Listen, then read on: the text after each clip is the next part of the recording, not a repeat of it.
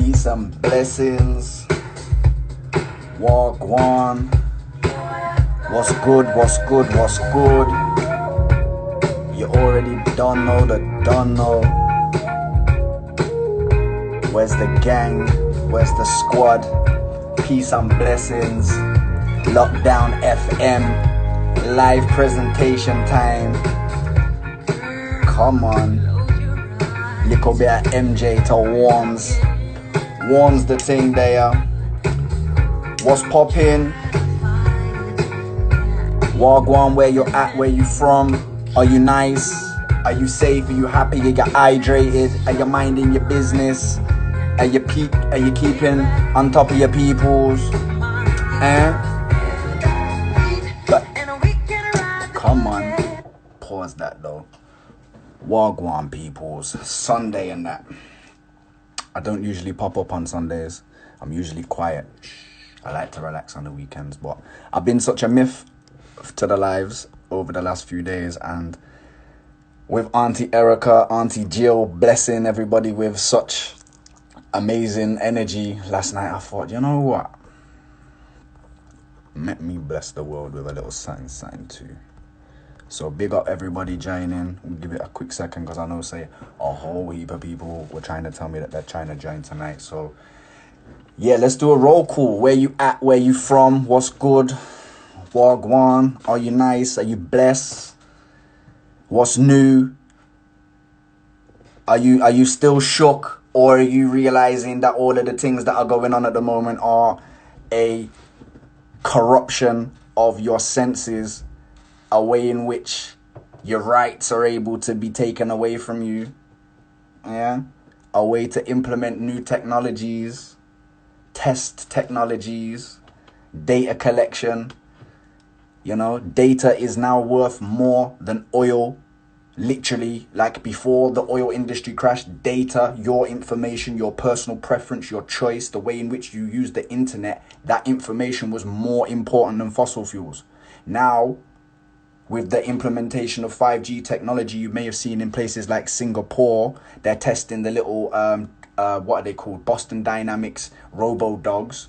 And they're out in parks telling people about social distance. I'm telling you people, these things there, they become possible through 5G. These are the type of things which are being implemented. This is why the real people who are actually focusing on the real things are angry, because like in any period of time, people, they put out big public things for you to focus on, and then whilst you're not looking, they take. So focus on your mind. But yes, gang, what's good? Peace, blessings, like I said. Where you at? Where you from? Are you in the East? Are you in the West? Are you in the UK? Are you in the US? West Africa? East Africa? Where you there? Are you in EU? I always forget about you guys.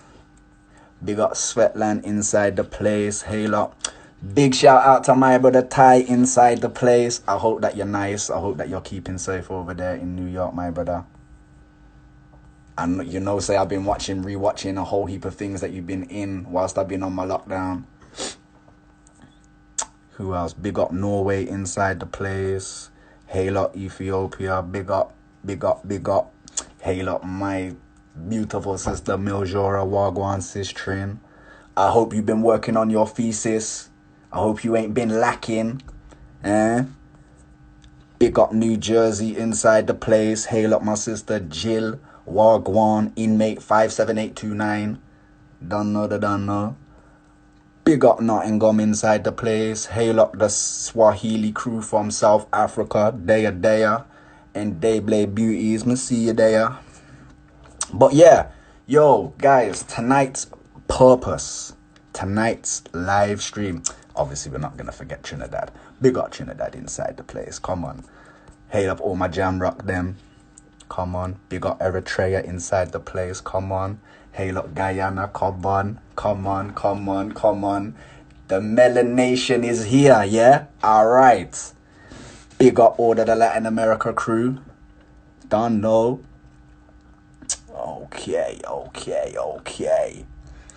So, yeah, like I said, tonight's purpose. Tonight's function is we're going to be getting in with the live presentation. We're going to be talking about Africa from a worldview. And the extended title of this presentation is the effects on the seeds of the diaspora. So tonight, I want to be talking about how we as melanated people have been fed a narrative and how that's affected our worldview.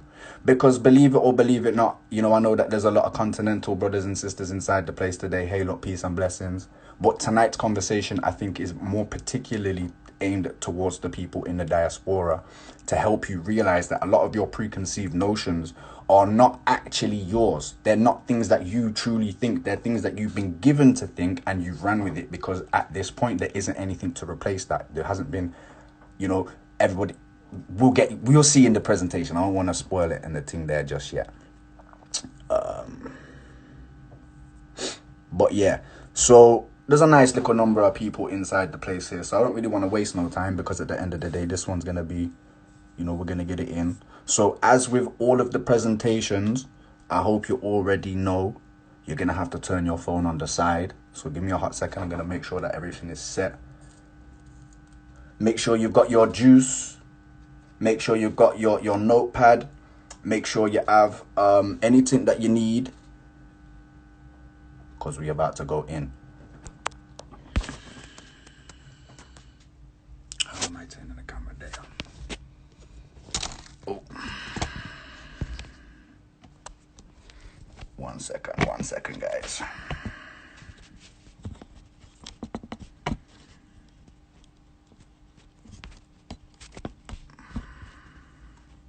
Boom.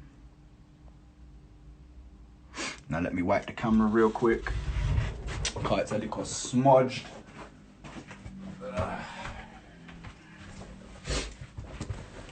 But everybody can see. Oh, dead.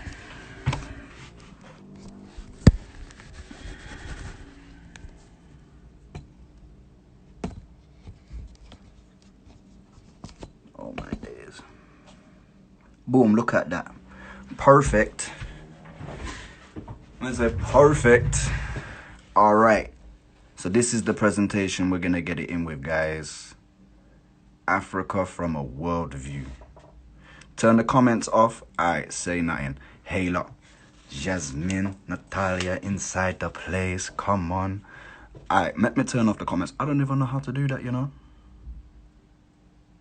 Oh, yeah. Commenting off. Bam. All right. Calm. So the only way that I can tell that you guys are still engaged is if I see the little hearts and them things there. If there's any issues, I'll just steamroll. Anyway, respect, peace, blessing, love, light, all of them positive juju things there. Sending to you no matter where you are right now. Hope you're in a good space. This is a presentation that I made to be able to take into schools, colleges, universities, private sessions, and help people realize that a lot of their visions and understandings of Africa and us as African people aren't actually our thoughts. A lot of our mentality has been given to us, and we are now in an age where we can correct that. So we should. So let's get it in. Obviously, you already don't know. Those who know, you can go and catch a copy of my book from Amazon, 100 Amazing Facts About the Negro. But today, we are not here to talk about that. As all of you will know, every single one of my presentations begins with hailing up the people that have put me in a position to be able to sit here and actually share information with you. I think that just by the show of hearts, who believes in immortality? I believe in immortality because we still remember people like Jesus, Allah, and Buddha. The only reason why they remain around today is because they remain in the hearts and minds of people who speak their name. So if it can work for people who have done nothing for us or have no provable track record for us, why is it that we can't do that for our ancestors? Okay, so I'm going to call out the name. I'm also going to say Ashe. I'm going to do this very, very quickly because we've got a lot to cover today, so there's no disrespect to any of the ancestors. We have Dr. Yosef Ben Yochanan, Ashe. Dr. Asa G. Hilliard, Ashe. Malik El Had Shabazz, a.k.a. by any means Malcolm X, Ashe. Dr. Ivan Van Sertima, Ashe. Dr. Martin Luther King, Ashe. Dr. John Henrik Clark, Ashe. The Most Honorable Marcus Mosiah Garvey, Ashe. Dr. Chancellor Williams, Ashe. Dr. Shekanta Diop, Ashe. Carter G. Woodson, Ashe. Joel Augustus Rogers, Ashe. We also have to hail it up for his wife, Helga Rogers, Ashe. Alfonso Bowman, a.k.a. Dr. Sebi, Ashe. The undebatable Dr. Francis Cress Wilson, Ashe. George G.M. James, Ashe. The most unapologetic brother to ever grace the Pan-African microphone, Dr. Khaled Abdul Muhammad, Ashe. We have the undefeatable Ya Asante Wa, Ashe. We have Robert Nesta Marley, my spiritual father. We have Dottie Bookman. We have Toussaint L'Ouverture. We have Jean-Jacques Dessalines, Patrice Lumumba, Ashe. Amina, the warrior queen of Zazu, Ashe. Thomas Sankara, Ashe. Steve Biko, Ashe. Kwame Nkrumah, Ashe. Queen Tai, Ashe. And of course, we have to end with the Ahosi Warriors, Ashe, and also Tupac Amaru Shakur. Boom. They got respect for everybody who was involved in the libation. Now we're charged. Now we got the ancestors rolling with. So let's actually get it in. So today's mission objective, what we're going to talk about. We're going to talk about the fact that humanity subconsciously knows that Africa has been a pivotal continent in the progression of world evolution. The children of Africa responsible for the excellence were spread and scattered all across the world through the transatlantic slave trade and also the trans-Saharan slave trade. We're not going to forget about that.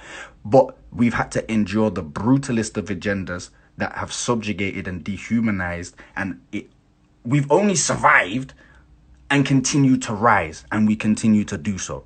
I never ever want that to be forgotten. Like, yes, we have been put in a terrible situation, but look at where we've come in such a short space of time and how much time that is ahead of us to continue to grow, which is why I always make the important point to make out our lives are important, but it is not as important as the lives that are going to come after us. So anyway, to the point where we are in this situation where we are today, many black people across the diaspora fail to make their ancestral connection to Africa despite living amongst, the consequences of the very same slave trade that displaced them. So we're going to be covering things like the stereotypes in the media, and literally kind of diving into that is the main point that we're going to. So we're going to talk about the stereotypes in the media and how they've been formed, why they were formed, because everything has a point, everything. There's no accident when it comes to the marketing and advertisement of black people. But from the jump, we need to establish and very firmly understand that all history is political because of the fact that the modern day global political racial atmosphere has been built on the lies and the deception of history. So if you remove or you do any investigative investigation into the past, you threaten the current status quo. By researching, you threaten the current power dynamic. When you question how Africa got into political oppression, you then begin to you unveil the very shady tactics that there are laws protecting people against that they've happily broken.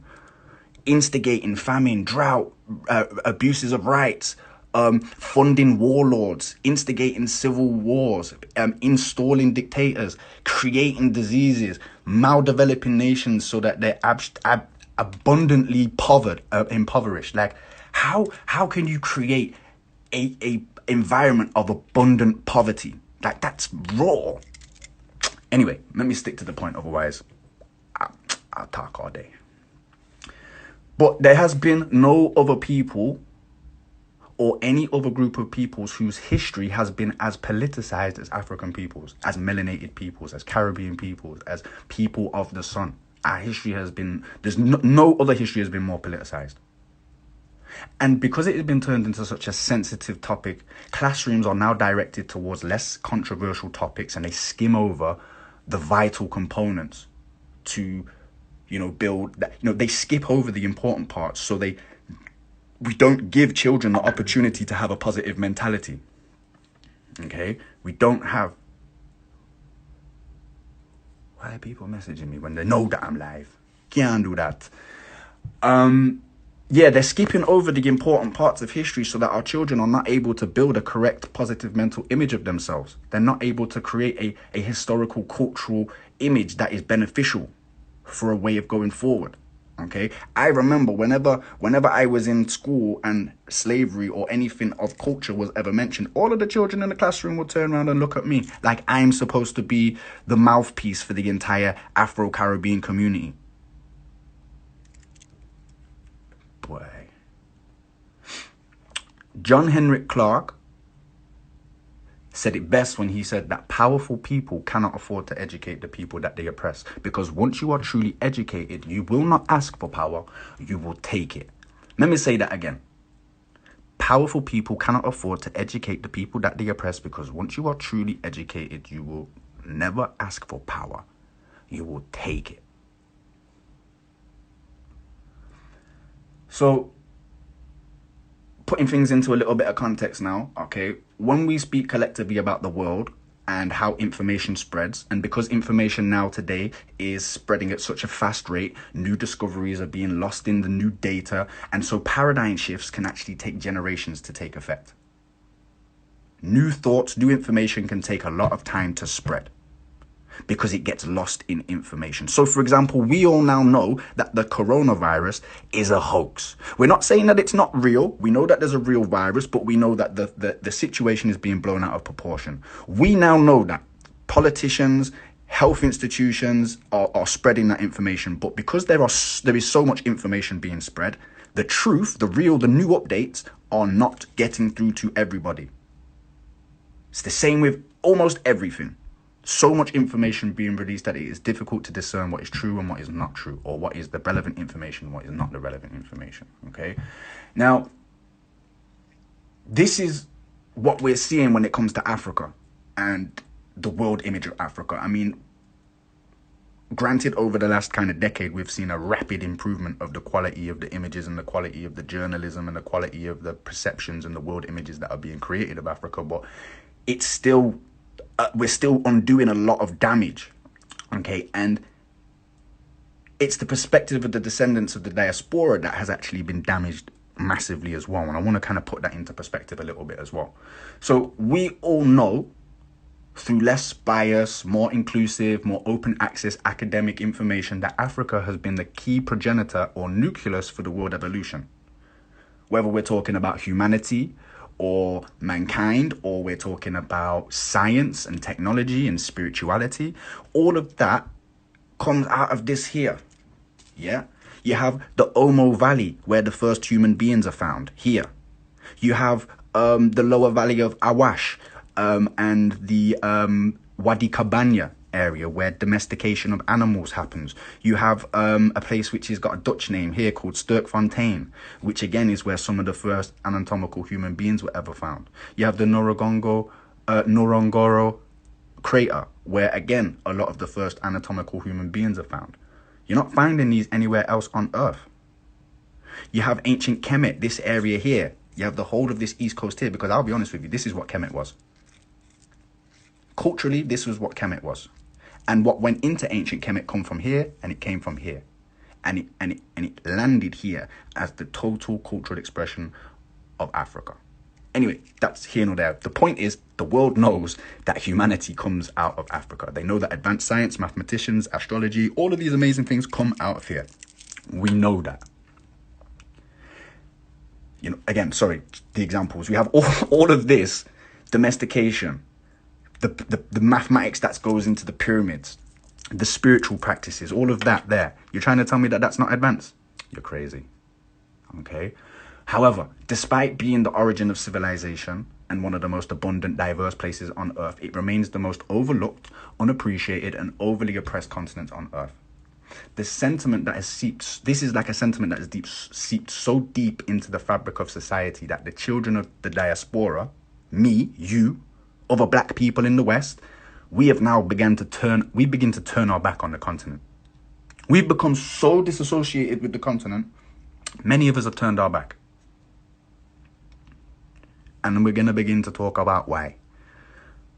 Most of you may know about what this image represents. It represents the scramble for Africa, which represents the Berlin Conference when Europe and other Western nations decided to divide up the continent. But we just have things like this. We have people making statements like this all across the West. You have people like Whoopi Goldberg. The Africans know I'm not African, I'm American. That's mad. I know lots of people in this area, West Africa, who would ignore. I know loads of people who are from West Africa that look like this. You have people like Raven. I'm an American, I'm not an African American, I'm American. Cool, whatever, all right. Cool, check your history. You have people like Shook Knight who says, I like nigger better than African American. I'm not from Africa, I'm black. All right, cool. All right, look at your skin, bruv. It doesn't make sense. We have begun to turn our backs.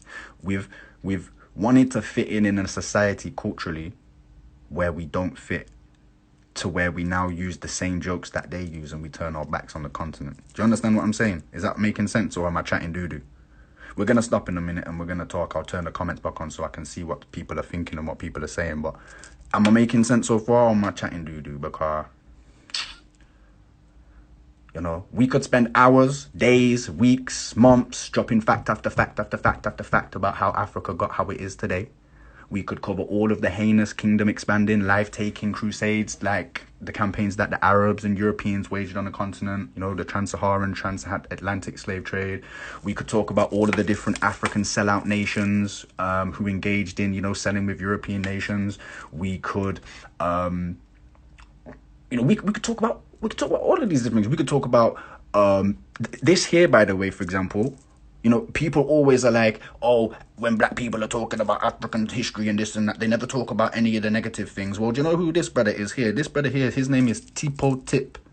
Tipo Tip. He was one of the most successful slave traders of all time. He was also an elephant hunter. He had platoons of indigenous people going out hunting elephants. He had so much ivory. Like this brother here, like, nah. This brother here is responsible for creating these type of cargo ships here of human beings. So no, we don't just glorify African history. We put people in their perspective as and when they need to be put into their perspective. And the one thing I will also say about Tipo Tip as well, yes, he was an African brother, but we will also talk about the fact that he was an Arabized African brother, which is, you know, part of a different conversation, which is for a different presentation, which is called the Arabization of Africa. But that's a different conversation anyway. You know, we could talk about how the nations have been rinsed for their material and resources and their raw resources. So, you know, in the East, you have coffee, different grains. In the South, gold, diamonds, fossil fuels, cotton, iron ore, gold. Look, like him some father. Nah. Don't get mad. Like, I'm invested in these things. You know, we could talk about the Charles Taylors, the Paul Bias, the General Sani Abachas. We can talk about the Kamuzu Banzas, the Mobutu Sese Sekus. We can talk about how Africa sold itself out. We can do that, and it's a vital conversation to be had. But before we can do that, we have to talk about this. We have to talk about this. So you know what? Before we even get it in with that,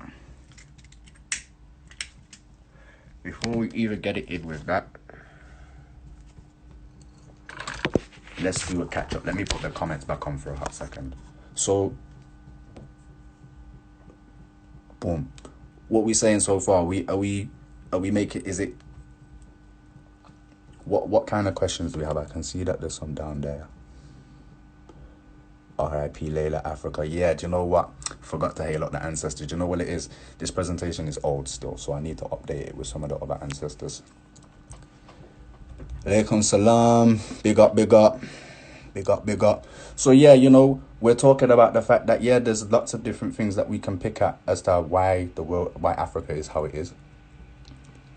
Talk about corrupt politicians, can talk about history, but our focus today is talking about us and why we feel like how we do, and why we've had, because we're still going through a process of unlearning, you know. We are still going through a process of unlearning, because everything that we were taught about Africa came to us from the generation that came before us, and they had it worse than us, because they didn't have the internet access like we do. They didn't have the ability to connect to people in West Africa, Central Africa, South Africa, and this, that. They didn't have that ability, but we do. So when BBC is telling us that the only good thing to see in Africa are the animals, but then I'm seeing beautiful culture, it don't make no damn sense. How do you know that life started in Africa when we are different races across the world?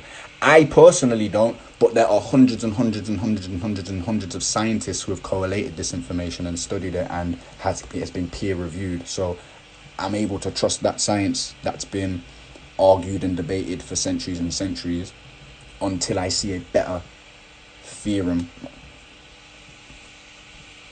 Can people build Africa while staying in America? I mean, they can, but it wouldn't be very easy. It's difficult to build in places that you've never been to, or you don't travel, or you don't know the people. And that, I think, is no disrespect to just American people, but if you look at the history of Liberia, the reason why Liberia wasn't a successful African recolonization when freedom happened is because the Americans, or the Americanized Africans who were coming back, had such a Western mentality that they thought that they were better than the native Liberians, and it caused a massive discord.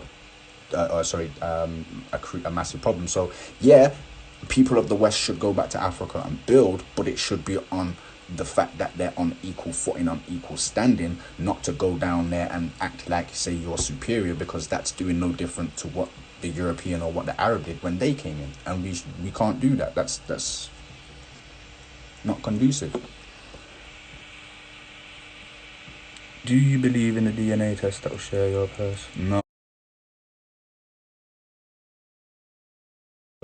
No, I definitely don't. I don't do them DNA tests personally, no. Psychological warfare, yeah, we're gonna get it in.